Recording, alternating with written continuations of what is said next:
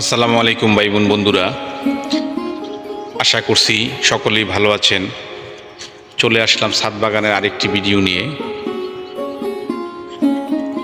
যারা নাকি নতুন করে ছাদ বাগান করবেন বা করতেছেন, আজকের ভিডিওটি তাদের জন্য। আমি দেখাবো কিভাবে ছাদ বাগানে গাছ লাগানোর জন্য আদর্শ মাটি প্রস্তুত করি,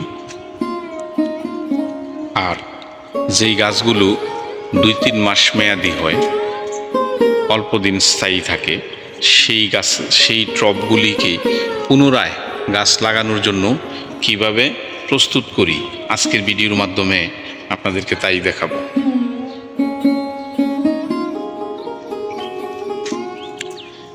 এই যে আমার সেই টমেটো গাছগুলো, আগে ভিডিওতে যেগুলি দেখাইছিলাম, যেই টমেটো গাছগুলি থেকে আশা করেছিলাম 1.5 মণ টমেটো উঠাতে পারবো, কিন্তু আল্লাহর অশেষ মেহেরবানিতে যা ধারণা করছি তার চাইতেও বেশি ফলন পেয়েছি। এখান থেকে 2 মণেরও উপরে টমেটো আমি উঠিয়েছি এই টমেটো গাছগুলো থেকে। প্রথম যেদিন টমেটো উঠাই সেদিন আমরা 2 কেজির মতো টমেটো পেয়েছি। তার 2-1 দিন পর থেকে প্রতিদিন 1 দিন 2 দিন পর পর 3 কেজি 4 কেজি 5 কেজি করে পর্যন্ত এই যে প্রায় 3 মাস উঠিয়েছি। দেখুন এখনো কিছু টমেটো গাছে আছে, এই যে টুকটাক গাছগুলি যদিও শুকায় গেছে কিন্তু টমেটো আছে। এই যে দেখুন এখনো টমেটো মোটামুটি আমরা খেতে পারি এখান থেকে। এই যে দেখুন টমেটো গাছগুলো শুকিয়ে গিয়েছে। এই যে টমেটো, তো এখান থেকে আমরা এত টমেটো পেয়েছি, আত্মীয় স্বজনকে প্রতিবেশীকে দিয়ে আমরা নিজেরা খেয়ে, আমরা এই সিজনে আমাকে একটা টমেটো কিনতে হয়নি, সব আমি এখান থেকে খেতে পেরেছি।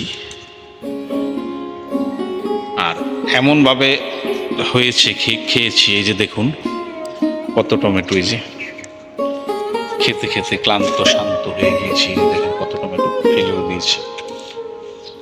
যাই হোক বন্ধুরা, এখান থেকে টমেটো আশেপাশে প্রতিবেশীদেরকে দিতে গিয়ে তাদের সাথে এমন একটা সম্পর্ক গড়ে উঠেছে, মনে হয় কমিশনার নির্বাচন করলে পাশ করে যাব। কারণ আমরা তো বাঙালিরা অল্পতেই খুশি, অল্পতেই রাগ। তো যাই হোক, আসল কথায় আসি, কিভাবে মাটিটা প্রস্তুত করি সেটাই আপনারা এখন দেখবেন। প্রথমে আমরা 25 লিটার বালতি দিয়ে 1 বালতির মতো নতুন মাটি নিয়ে নিয়েছি। তো এখন আমরা এক এক করে পুরনো যে টমেটো গাছ লাগিয়েছিলাম 5 লিটারের তেলের গ্যালনের মধ্যে, সেগুলো আমরা এক এক করে এখানে ঢেলে নিব।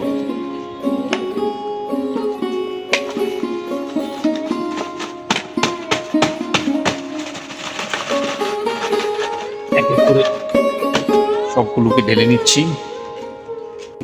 গাছের শিকড় ছাড়তে সুবিধা হবে, এই জন্য এগুলি মাটির সাথে রেখে দিতে হবে। দেখুন বন্ধুরা, বিশাল কর্মযজ্ঞ চালু করে দিয়েছি। আমি এক এক করে সবগুলো গ্যালনের মাটি নামিয়ে নিয়েছি। এখন মাটিগুলোকে ভেঙে নিতে হবে। সবগুলো মাটি ভালোভাবে ভেঙে নিই। আর এখন দেখুন আপনারা বিশাল কর্মযজ্ঞ কীভাবে শুরু করে দিয়েছি। মাটিগুলোকে সব ভেঙে নিচ্ছি, গুঁড়া গুঁড়া করে নিচ্ছি সবগুলো।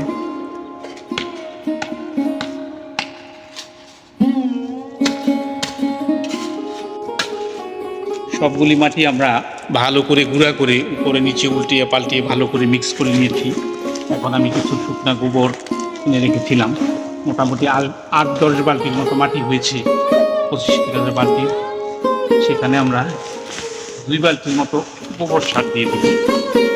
শুকনো গোবর কিনে রেখেছিলাম।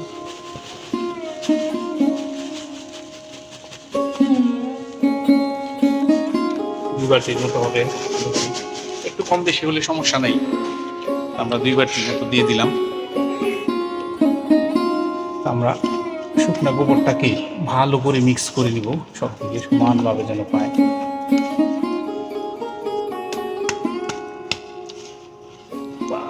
সব দিকে মিক্স করে নিলাম।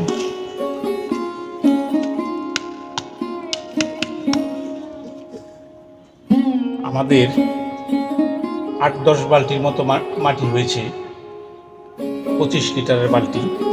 সেখানে আমরা এখন কিছু ফসফেট, অনেকে ডেপ সারও বলেন এটাকে, 1/2 কেজি পরিমাণে আমরা এটা দিয়ে দিই। 8-10 বালতি মাটির মধ্যে 1/2 কেজির মতো দিব।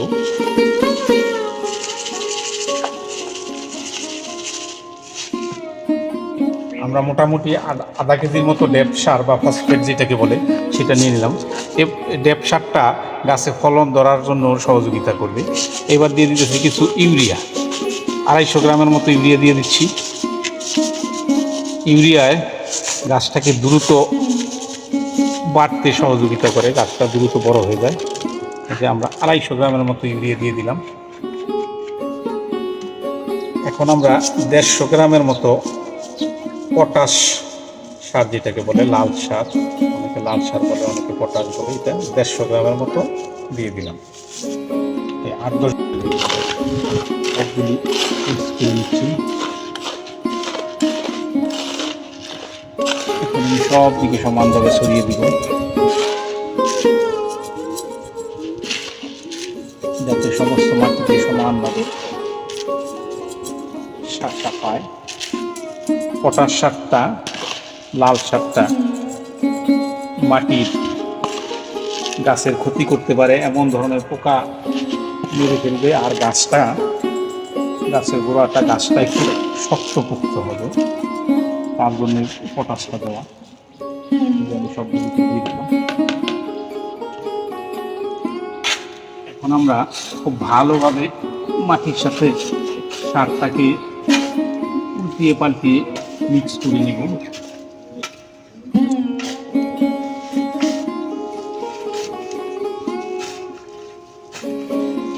কিভাবে মিক্স করে নিচ্ছি। ব্যাস, টবের জন্যে আদর্শ মাটি প্রস্তুত। এখন আমরা দেখুন, যেখানে কিছু শুকনা টমেটো গাছ যেগুলি ছিল, এগুলো ভিতরে কিছু দিয়ে দিয়েছি। এখন আবার দিয়ে দেবো কিছু কিচেন ওয়েস্ট, যেগুলি আগে আমি জমিয়ে রেখেছিলাম, কিচেন ওয়েস্ট কিছু দিয়ে দিব।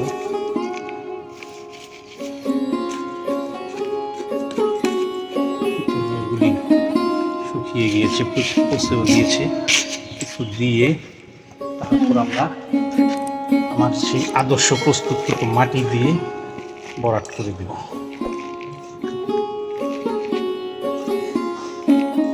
ব্যাস, এখন আমার টব গাছ লাগানোর জন্য প্রস্তুত। এইভাবে আমি যতগুলো আছে সবগুলি ভরে রেখে দিব, পর্যায়ক্রমে যখন যে গাছ খুশি সেটাই লাগাবো। আর এই অতিরিক্ত মাটিগুলি বস্তায় ভরে রেখে দিব। আর পরবর্তীতে গাছের গোড়ায় এক্সট্রা কোনো সার না দিয়ে প্রয়োজন হলে এখান থেকে অল্প অল্প করে মাটি দিয়ে দিব। আমি সবসময় এই পদ্ধতিতেই করি। এইভাবে করলে আশা করা যায় অনেক ফলন আসবে। আপনাদের কাছে যদি ভালো লাগে তাহলে এই পদ্ধতিতে আপনারাও গাছ লাগাতে পারেন। আজকের মতো বিদায় নিচ্ছি। সবাই ভালো থাকবেন, নিরাপদ ফল ফসল খাবেন। আল্লাহ হাফিজ।